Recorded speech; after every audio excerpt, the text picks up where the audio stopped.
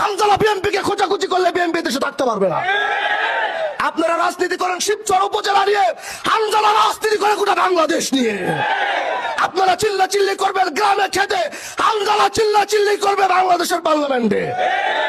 আমার চুপ করে থাকা মানে বারবার বলছি এটা কোনো দুর্বলতা নয়। আমি নতুনত্বের রাজনীতি চাই। আমি শিবচরে কোনো প্রতিহিংসা আধিপত্যের রাজনীতি আগামীতে দেখতে চাই না। যে আমাদের কিছু ভাইরা তারা খুব লেখালেখি করছেন এবং খুব কথা বলছেন, তারা অন্য কেউ নয়, তারা আমার শিবচরের বিএনপি ভাইয়েরা।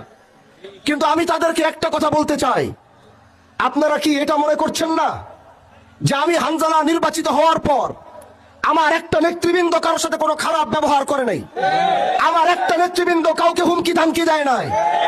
আমি হামজালা এমপি হওয়ার আগে যে আমার কতটুকু পাওয়ার ছিল এই শিবচরের মাটিতে, এটা কি আপনারা দেখেন নাই?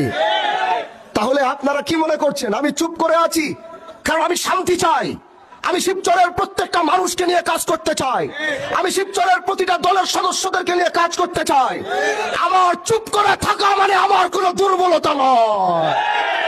যদি মনে করেন হামজালার চুপ করে থাকা দুর্বলতা, তাহলে সেটা আপনাদের ভুল, আপনাদের চিন্তায় ভুল ধরেছে। হামজালার চুপ করে থাকা মানে হামজালা শিবচরের মাটিতে শান্তি চায়।